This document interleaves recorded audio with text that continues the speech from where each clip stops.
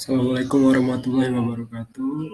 Perkenalkan saya Hazal Abi Perdana dengan NIM 100220246 dari Program Studi Perencanaan Wilayah dan Kota. Di sini saya akan menjelaskan tentang pembangunan wilayah berdasarkan teori klaster.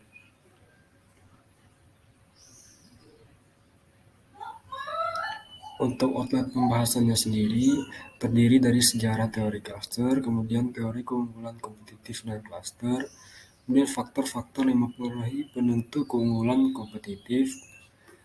Kemudian yang terakhir adalah kebijakan pembangunan dengan pendekatan keunggulan kompetitif.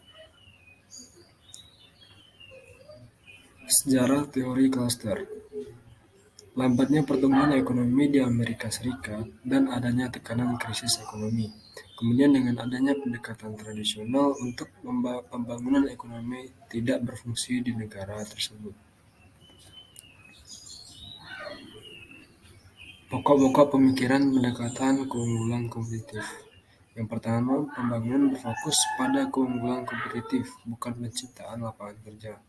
Kemudian pembangunan berbasis klaster yang mencerminkan inti dari pendorong terciptanya lapangan kerja dan upah. Kemudian pembangunan kekuatan yang ada saat ini dan yang potensial untuk dikembangkan. Kemudian pengembangan strategi pembangunan daripada dasar tindakan. Kemudian pembangunan dengan prioritas dan urutan. Kemudian pembangunan berfokus pada keunggulan kompetitif, bukan penciptaan lapangan kerja. Apa sih wilayah kompetitif itu? Wilayah kompetitif adalah wilayah yang keunggulan kompetitif tergantung pada produktivitas jangka panjang dan efisiensi pada sebuah lokasi untuk melakukan bisnis, produktivitas perusahaan dan pekerja, serta kemampuan partisipasi warga yang tinggi dalam pekerjaan. Faktor-faktor penentu keunggulan kompetitif. Ada 3 faktor penentu, yaitu keunggulan secara mikroekonomi, kemudian keunggulan secara makroekonomi, dan faktor endowment. Untuk faktor yang pertama, keunggulan secara mikroekonomi, yaitu kualitas lingkungan dan iklim bisnis, kemudian pengembangan klaster, kecanggihan strategi dan operasional perusahaan. Kemudian keunggulan secara makroekonomi, yaitu ada kebijakan moneter dan fiskal, kemudian pembangunan manusia dan kelembagaan politik yang efektif. Nah, faktor terakhir yaitu faktor endowment, yaitu sumber daya alam dan manusia yang telah dimiliki oleh di dalam suatu wilayah.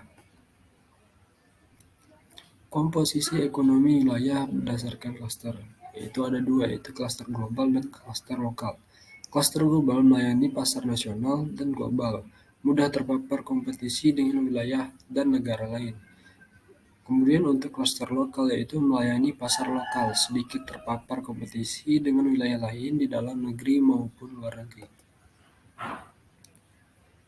Manfaat klaster sebagai alat pengembangan ekonomi wilayah, antara lain meningkatkan keterkaitan dan limpahan untuk mendorong perkembangan ekonomi yang besar, kemudian meningkatkan jumlah perusahaan terkait, dan kemudian yang terakhir meningkatkan efisiensi dan efektivitas kebijakan ekonomi tradisional. Kemudian kebijakan pembangunan dengan pendekatan keunggulan kompetitif. Menurut Porter, strategi ekonomi untuk mencapai keunggulan kompetitif haruslah sesuai dengan kondisi dan potensi yang dimiliki wilayah. Perumusan strategi pembangunan regional menurut Porter adalah sebagai berikut. Pengembangan keunggulan nilai-nilai wilayah, kemudian pengembangan kekuatan unik yang dimiliki, kemudian pembangunan untuk mencapai dan memelihara keseimbangan dengan wilayah sekitar, kemudian penentuan prioritas dan urutan pengembangan merupakan hal yang fundamental untuk pengembangan ekonomi wilayah. Kemudian, kebijakan pengembangan klaster untuk mencapai wilayah yang berdaya saing tinggi antara lain dengan cara pengembangan inkubasi bisnis untuk bisnis pemula atau startup, kemudian penyediaan fasilitas dan jasa kolektif, kemudian pengembangan modal manusia, serta dukungan inovasi atau innovation support. Cara mengembangkan klaster ada dari 2 sisi, yaitu dari pemerintah dan dari swasta. Cara pengembangan dari pemerintah yaitu dengan mengembangkan kapasitas ekonomi mikro, kemudian kapasitas dan aturan ekonomi mikro, kemudian stabilitas makroekonomi dan politik, kemudian dari fasilitasnya. Kemudian dari sektor swasta yaitu dengan mengembangkan jaringan informal dan asosiasi perdagangan formal, kemudian dari kondisi faktor inputnya, kemudian dari kerjasama antara pemangku kepentingan atau stakeholder. Kemudian perbedaan kebijakan industri dan kebijakan klaster. Kebijakan industri sendiri, kebijakan industri bertumpu pada pandangan saingan internasional. Kemudian kebijakan industri melihat keunggulan kompetitif sangat ditentukan oleh peningkatan pengembalian skala. Kemudian kebijakan industri cenderung memusatkan keputusan intervensi di tingkat nasional. Yang selanjutnya kebijakan klaster, yaitu konsep klaster bertumpu pada pandangan yang lebih luas dan dinamis dari persaingan antara perusahaan dan lokasi. Kemudian alih-alih merekomendasi pengecualian perusahaan asing, kemudian kebijakan klaster menekankan perlunya pembukaan pasar lokal yang tepat waktu. Kemudian kebijakan klaster menghilangkan hambatan, melonggarkan kendala, dan menghilangkan inefisiensi terhadap produktivitas.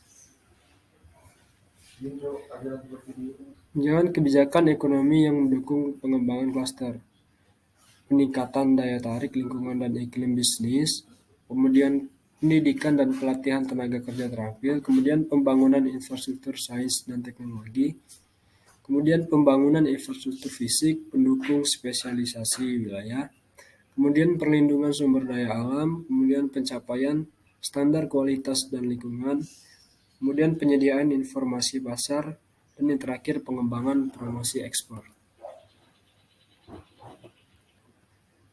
Karakteristik inisiatif klaster yang berhasil, antara lain adanya pemahaman bersama tentang daya saing dan peran klaster dalam keunggulan kompetitif, kemudian para pihak fokus untuk menghilangkan hambatan dan menghapus kendala untuk meningkatkan klaster, kemudian struktur yang mencakup semua klaster di suatu wilayah, negara bagian, provinsi atau nasional, kemudian keterlibatan luas peserta klaster dan lembaga terkait, kemudian kepemimpinan sektor swasta, perhatian yang dekat dengan hubungan personal, kemudian dari visi menuju tindakan, dan yang terakhir adalah pelembagaannya.